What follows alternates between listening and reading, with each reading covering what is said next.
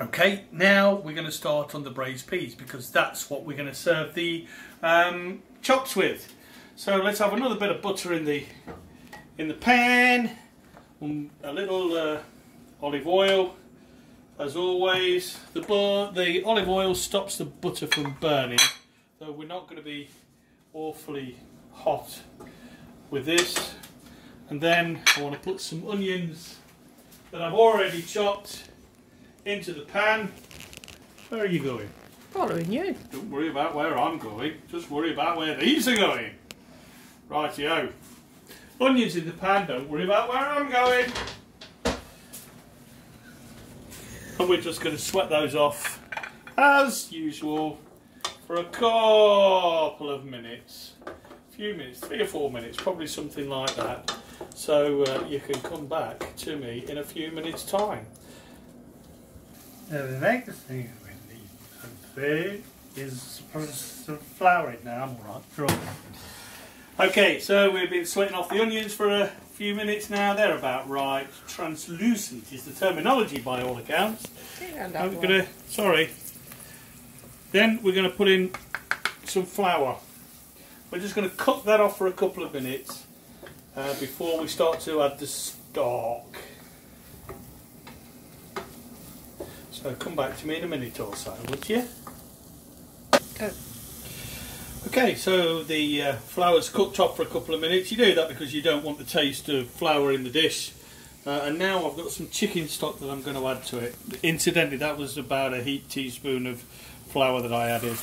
I've got some chicken stock here, which is in actual fact also infused with the mint water from the minted peas that I made. So I'm just going to add about probably 1/4 of a litre, see how that goes, and then just turn that up, bring it up to the boil again a little bit, and if it thickens up a little bit too much, we want it to be, the official term is thickish, so the viscosity is probably a little thicker than when it just coats the back of the spoon.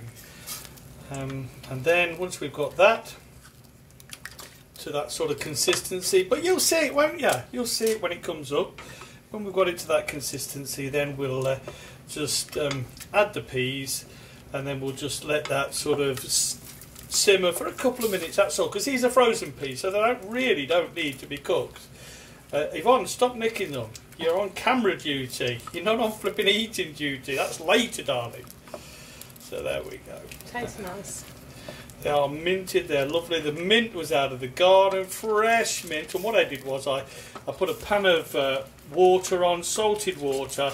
I threw a really good chunk of mint into the water, brought it to the boil, and then dropped the peas in, but they were in a sieve, so that I didn't have to worry about taking them out. Then later on, after they'd taken on the flavour of the mint, I then took the peas out and I put them in a dish, and I sieved out the pea water, the minted pea water, and that, along with the stock cube, is what I'm using for the minted peas, for the braised peas. Sorry.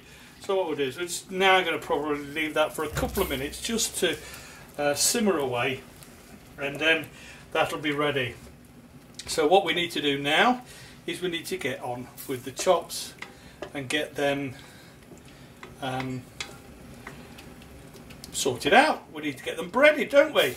So we'll go over to the other side of the kitchen. Okay, right, we've got some gorgeous lamb chops. Now, lamb chops in Spain are normally incredibly thin, so you have to go to the deli counter and ask them for some thick lamb chops, and that's what I've got here. So if you want to have a look down there, what I'm going to do now is I'm going to give them a good salt and pepper to season them, and then I'm going to get my wonderful pepper mill, which is always lying down. Why is it always lying down? It's always lying down because I dropped the flipping thing and bust it, and well, I'm not going to go forking out on a new one when actually it still works perfectly well, so I just have to pop it down. Okay, so there we go. Now we're going to we're going to breadcrumb the chops, and this is pretty simple. First of all, we're just going to dredge them in flour. This will give the egg something to stick to, which in turn will give, just tap that off so there's not too much on. Then we're going to pop it into the egg. This is a two-hand movement here, so you don't get your hands filled with gunk. So what you do is you take the right hand, make sure it's covered, let it drip off, and pop it in the panko. Go to your left hand and then give it a good coating like this.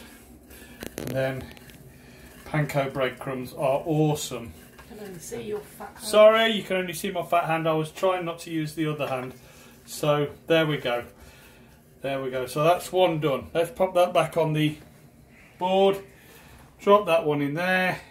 Drop that one in the flour. Give it a bit of a knock off. Drop it in the egg. Go to the other hand. Turn it over.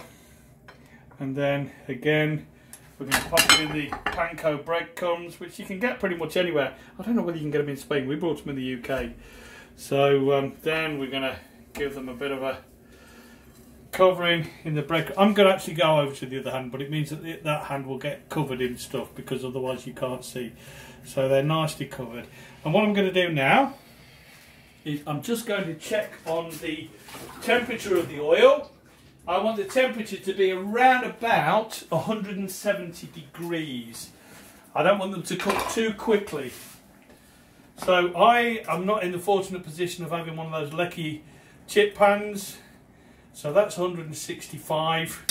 So it's around about there. And I'm now going to drop them in to the pan. And we're going to cook them for probably, what, 5-7 minutes. And here we go. That's nice, that's nice. Of course, if the temperature was higher, it would very, very quickly burn the panko breadcrumbs. And of course we don't want to do that. So I've got to keep an eye on that. If you've got a chip pan, electric one, of course you can set the thermostat to 170, so it'll be a lot easier. But we've just got this here because, well, that's what we've got.